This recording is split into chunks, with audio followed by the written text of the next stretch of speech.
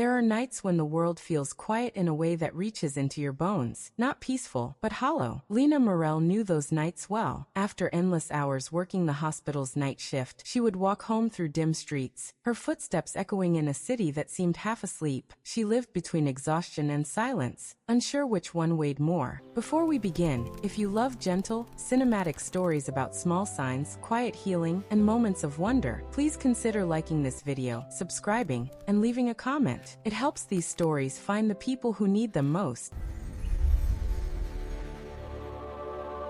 One night, while crossing an empty street under the pale glow of the moon, Lena saw something impossible. A bright red cardinal perched beneath a street lamp. Cardinals didn't appear at midnight. They didn't sing at that hour, but this one did. And when Lena took a step forward, the bird hopped ahead, as if guiding her somewhere. Lena Morel stepped out of the hospital's double doors just after midnight, the kind of tired that settles behind the eyes and makes the world blur at the edges. She pulled her gray hoodie tighter around her scrubs as the cold air brushed her cheeks. The city felt different at this hour, quieter, heavier, almost unreal. Street lamps hummed, casting soft halos of light along the empty sidewalk. Her footsteps echoed in the stillness. This was her routine. Finish the night shift, walk the same path home, collapse into bed, wake up, and do it all again. The days had folded into each other so many times she no longer knew which one she was living. She wasn't unhappy, just hollow, like her life had slipped into grayscale without asking for permission. She paused beneath a street lamp to catch her breath, her fingers lightly touching the silver moon necklace around her neck, a childhood keepsake she wore without thinking. The world around her whispered nothing but silence. Then something moved at the edge of the light, a flicker of red, soft, bright. Impossible. Lena blinked. A cardinal perched on the metal base of the street lamp, feathers glowing brilliantly against the moonlit pavement. Cardinals didn't appear at night, certainly not alone. Certainly not here. Yet this one stood perfectly still, looking straight at her, as if it had been waiting. For the first time in a long while, Lena's tired mind stirred with something unexpected. Wonder. The cardinal didn't fly away. It stayed beneath the street lamp, its red feathers glowing like a small ember dropped into the night. Lena took a hesitant step toward it, half expecting it to disappear like a trick of exhaustion. But the bird simply tilted its head, watching her with a sharp, curious stillness. "Are you lost?"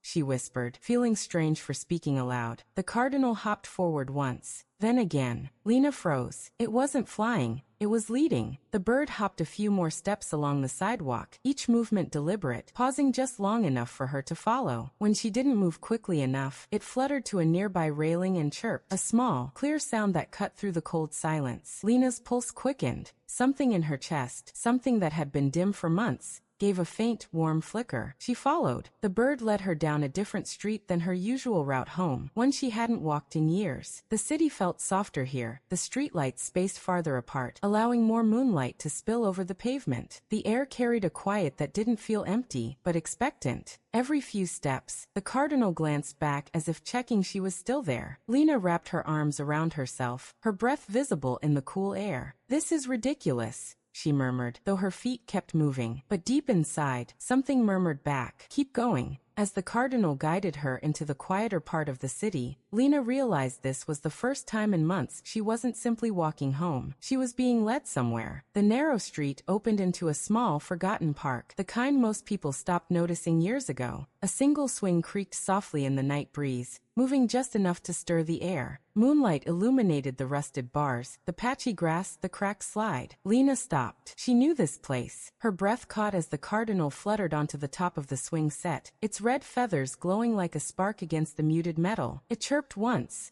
a gentle, familiar sound that tugged at something deep inside her chest. "This can't be," she whispered. When Lena was a child, her father used to bring her here on summer nights after dinner. They'd sit on the swings until the moon rose high, and he'd point to constellations, telling her stories about finding wonder in the quiet corners of the world. "Magic isn't loud," he'd say softly. "It waits for you to notice it." She hadn't remembered that in years. The cardinal hopped closer on the metal bar, its head tilted in the same expectant way her father used to tilt his head when waiting for her to answer a question. A warmth spread through her chest, not bright, but tender, like the distant stirring of something long dormant. Lena stepped toward the swing set, feeling the earth soften beneath her feet. Her fingers brushed the cold metal of the chain her father once pushed gently. The cardinal chirped again. It wasn't leading her now. It was reminding her of who she had been, of what she had forgotten, of the small wonders she used to look for without trying. And under the pale moonlight, Lena realized she wasn't just following a bird. She was following a memory, back to herself.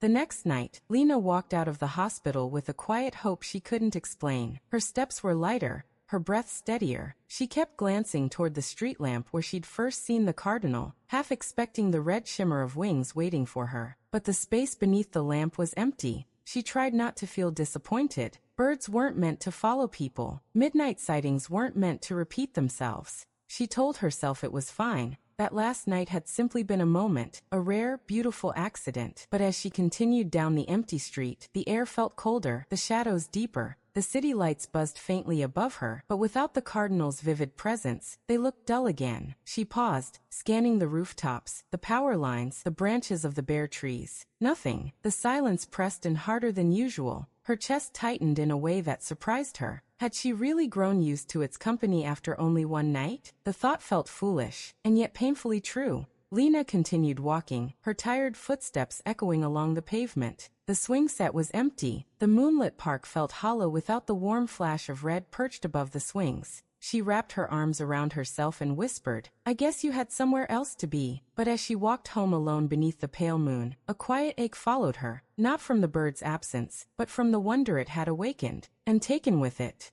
2 nights passed before Lena allowed herself to hope again. She finished another long shift, exhaustion clinging to her shoulders like a heavy coat. The world outside felt colder than usual, the kind of cold that seeps past fabric and finds the spaces between your ribs. She rubbed her hands together and stepped into the quiet street, her breath visible under the moonlight. She didn't expect anything tonight. She barely expected herself to keep walking. But then, a soft, familiar trill echoed through the stillness. Lena froze. There, perched on a metal railing a few feet ahead, sat the cardinal. Its red feathers shimmered under the silver moon like a glowing ember refusing to die out. The moment she met its dark, bright eyes, something warm loosened in her chest. "You came back," she whispered, voice trembling with relief she didn't want to admit. The bird fluttered its wings once, then took off, not away from her, but forward, gliding low over the ground. Lena followed instinctively as it led her past the quiet park, past shuttered storefronts, until the city lights softened into the outskirts. The cardinal landed in a wide, open field dusted with pale frost. Under the moonlight, the field looked almost magical, soft silver untouched. The bird perched on a fence post, watching her quietly. Lena stepped onto the frost-kissed grass, her breath catching at the still beauty before her. For the first time in months, she felt the noise inside her head grow quiet. The world didn't feel heavy here. It felt still. It felt possible. The cardinal chirped once, soft, steady, as if telling her to breathe,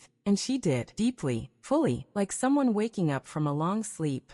The next morning, Lena woke with a feeling she hadn't experienced in a long time, a quiet hum beneath her ribs, like something inside her had opened just a little. She brewed herself a cup of tea instead of collapsing into bed, and for once, she didn't pull the curtains closed. She let the early light spill into the apartment. When she finally slept, her dreams were soft. The following night, she found herself looking for the cardinal again, not out of desperation, but out of gentle curiosity. And there it was, perched on the mailbox outside her building, head tilted as if greeting her after a long day. Lena smiled, an unforced, natural smile she barely recognized on her own face. "Hi," she whispered. The bird fluttered its wings, then settled back down. As the nights passed, the cardinal became a quiet constant. Sometimes it waited by the street lamp, other times it perched on a fence or the hospital sign, or the edge of a bus stop shelter. It always found her, always appeared where she least expected, yet most needed. Each time it chirped, a little spark lit inside her. Lena began noticing other small wonders too. The way moonlight reflected on puddles like silver glass, the distant hum of a late-night train, the soft glow of windows in buildings she'd never looked at before. She stopped rushing home. She lingered in the quiet.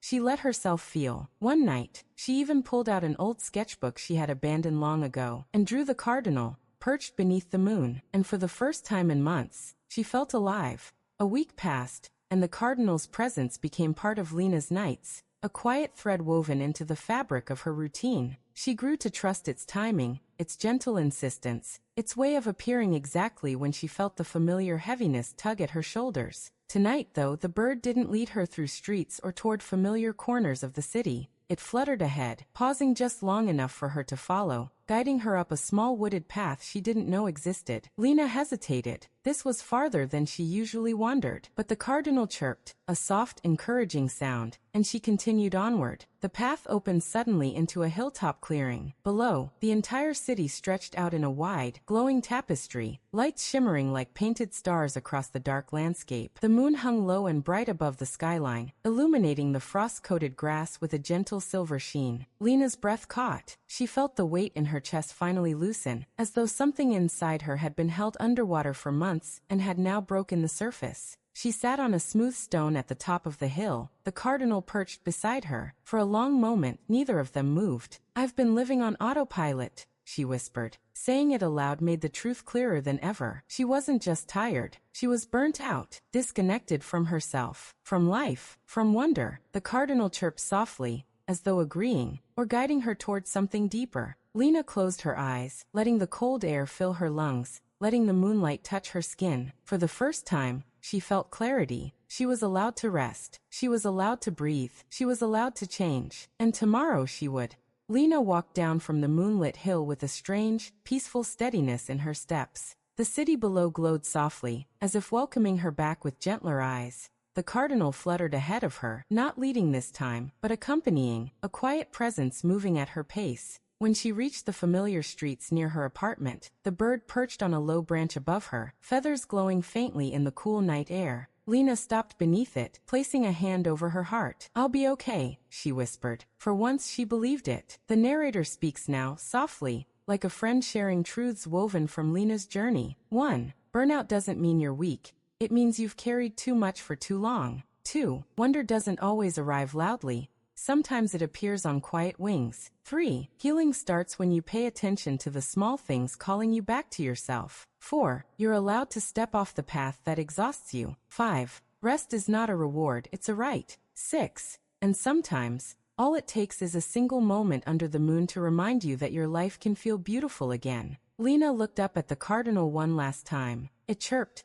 a soft, warm note, before settling comfortably on the branch. With a calm breath, she walked toward her apartment, feeling no urgency, no heaviness, just a quiet truth. She had found her way back to wonder. If you reached this moment, thank you. These soft, healing stories are made for hearts like yours. If this one touched you even a little, please like the video, leave a comment, and subscribe. Your support helps these quiet tales reach the people who need them most. Thank you for being here.